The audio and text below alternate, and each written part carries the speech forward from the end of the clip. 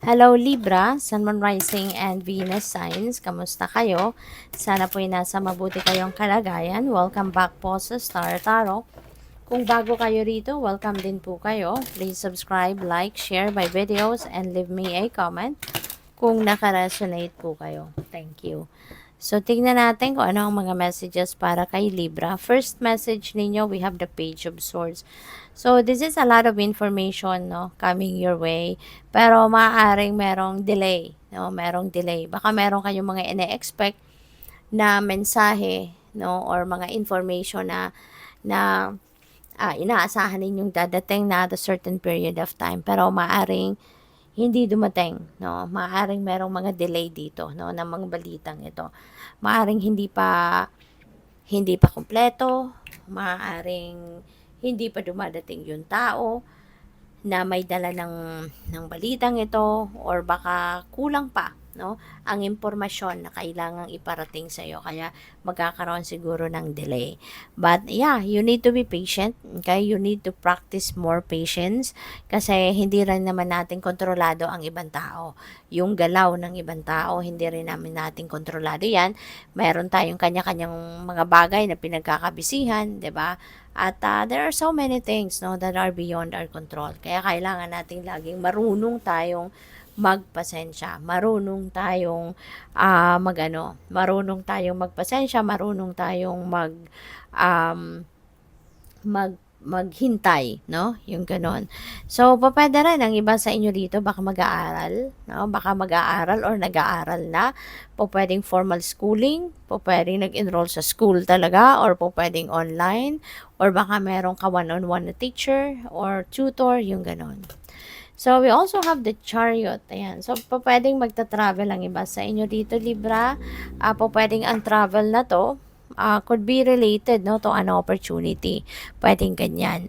Pwedeng meron kayong kasi si chariot, moving on energy ito, no. Meron ditong meron kang pinagtagumpayan na situation dito. Galing ka sa isang successful situation, successful event. At maaari ngayon, super determined ka, super focused ka na ngayon sa kung ano man yung mga iniisip mong susunod na gagawin. Kaya maaring ka ngayon, super determined, no, na pumunta sa kung saan man. Kaya maaring yung travel na to related to that, no? Parang there is so much excitement sa inyo dito para pumunta doon sa kung saan man kayo gustong pumunta. So, pwede rin na you are heading towards a different direction. Baka hindi ito yung direction or lugar na usually tinatambayan mo or usually pinupuntahan mo, or hindi ito yung parang nakasanayan mo, or hindi ito yung kadalasan na lugar na kung saan ka nag-i-stay. This could be something else. Okay? So, good luck sa pagta-travel. And Ace of Cups, napakaganda. You are so blessed, no, Libra? Kasi sa Ace of Cups, this is a new beginning energy. No, meron dito mga divine blessing kasi ito. So, meron maraming biyaya ang pwedeng dadating sa iyo rito na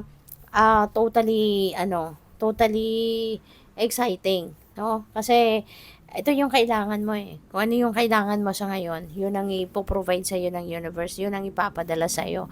Kung anong kailangan mo, yun yung i-bless sa iyo, no? Kaya ang maganda rito kasi ito yung kailangan mo, pero bibigay sa iyo hindi lang para sa iyo, kundi para din sa ibang tao.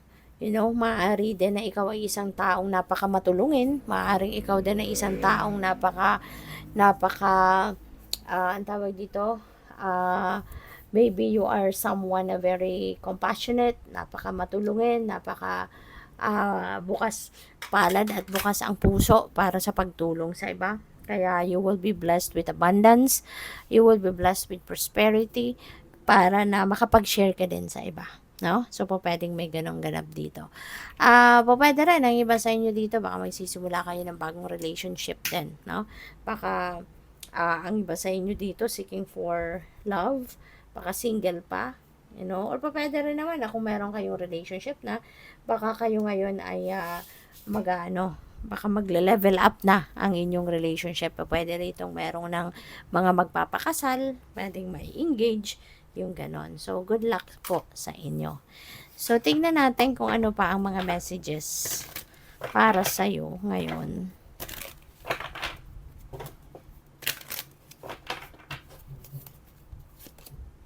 We have flexible. Ayan, be flexible lalo-lalo na sa mga panahon na may inaasahan ka tapos hindi nangyayari, may inaasahan ka pero hindi dumadating.